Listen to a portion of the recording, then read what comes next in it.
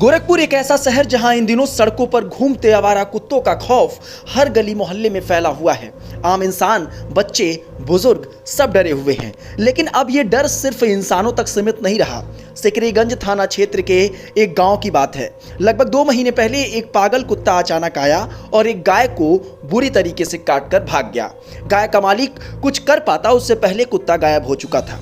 फिर वही हुआ जो किसी ने सोचा भी नहीं था। धीरे धीरे गाय की हालत बिगड़ती गई और आखिरकार रहस्यमय तरीके से उसकी मौत हो गई। लेकिन असली खतरा तो अब सामने आया है। उस गाय का दूध पिछले 2 महीने में कई बार धार्मिक आयोजनों में चरणामृत और प्रसाद के रूप में सैकड़ों लोगों को पिलाया गया। जब गाय के मौत की खबर गांव में फैली तो काटने वाला कुत्ता पागल निकला तो पूरा गांव सहम गया। लोग समझ गए कि अगर वो कुत्ता रेबीज से ग्रसित था तो खतरा सिर्फ गाय तक सीमित नहीं है, बल्कि उन सैकड़ों लोगों तक पहुंच सकने की संभावना है जिन्होंने उनका दूध पिया है। फिलहाल गांव में दहशत का माहौल है। लोग सामुदायिक स्वास्थ्य केंद्र पीएचसी पहुंच रहे हैं। कई लोग तो बिना देर किए एंटी रेबीज वैक्सीन का कोर्स शुरू कर चुके हैं। पशु चिकित्सा विभाग के अधिकारी भी हरकत में आ गए हैं। उन्होंने ग्रामीणों से अपील की है कि अगर किसी ने भी उस गाय का कच्चा दूध पिया है तो तुरंत नजदीकी स्वास्थ्य केंद्र जाकर इंजेक्शन लगवाएं, क्योंकि रेबीज का वायरस जानलेवा हो सकता है। दोस्तों, ये घटना सिर्फ एक गांव की नहीं, पूरे गोरखपुर को चेतावनी है। आवारा कुत्तों की संख्या बढ़ती जा रही है। काटने की घटनाएं हर दिन बढ़ रही हैं। अब ये कुत्ते सिर्फ इंसानों को नहीं, पशुओं को भी निशाना बना रहे हैं। और सबसे डरावनी बात, रेबीज का वायरस दूध के जरिए भी इंसान तक पहुंच सकता है। लेकिन अगर दूध को गर्म करके उसका सेवन किया जाए तो चांसेस बहुत कम हो जाते हैं संक्रमण के।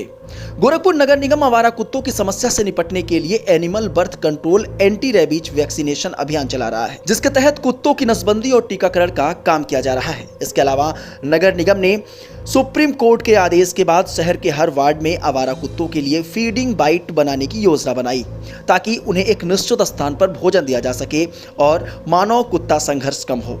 तो आज का संदेश साफ है दोस्तों, अपने आसपास आवारा या पागल कुत्तों को देखें तो तुरंत नगर निगम या पशु चिकित्सा विभाग को सूचित करें। खुद भी और अपने बच्चों को भी सिखाएं कि अजनबी कुत्तों से दूर रहें। और सबसे जरूरी, अगर काटने की नौबत आ जाए तो 24 घंटे के अंदर एंटी रेबीज इंजेक्शन जरूर लगवाएं। देरी जान ले सकती है। सावधान रहें, सतर्क रहें। रेबीज सामान्यतया न्यूरोट्रॉपिक वायरस होता है और दूध के माध्यम से यह फैले, इसके बहुत ही कम चांसेज होते हैं। यह बहुत रेयर चांस होता है और सामान्यतया एडवांस स्टेज में बीमारी के कोई मिल्किंग एनिमल हो और उसका दूध वह भी कच्चा पिया जाए। अगर बॉयल करके हम पीते हैं तो कोई बीमारी नहीं फैलेगी। कच्चा दूध पीते हैं तो रेयर चांस होता है, लेकिन चांस तो है। तो क्या इसका टीकाकरण सभी को ग्रामवासियों को करवाना जरूरी है? सामान्यतया जिन लोगों ने उबाल के दूध पिया है, चाय में पिया है, उनको वैक्सीनेशन की कोई आवश्यकता नहीं है। लेकिन जिन लोगों ने कच्चा दूध पिया है उनको वैक्सीनेशन की आवश्यकता है।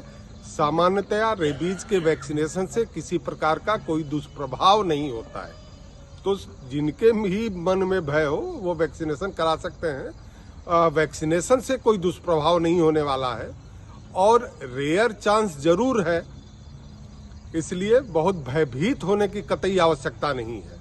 सुरक्षा के दृष्टि से, बचाव के दृष्टि से वह टीकाकरण अगर करा रहे हैं तो ठीक काम कर रहे हैं, उसमें कोई दिक्कत नहीं है। यानी कि साहब, आप ये कहना चाहते हैं कि सभी जिन्होंने कच्चा दूध पिया है वो निश्चित तौर से टीका लगवा लें?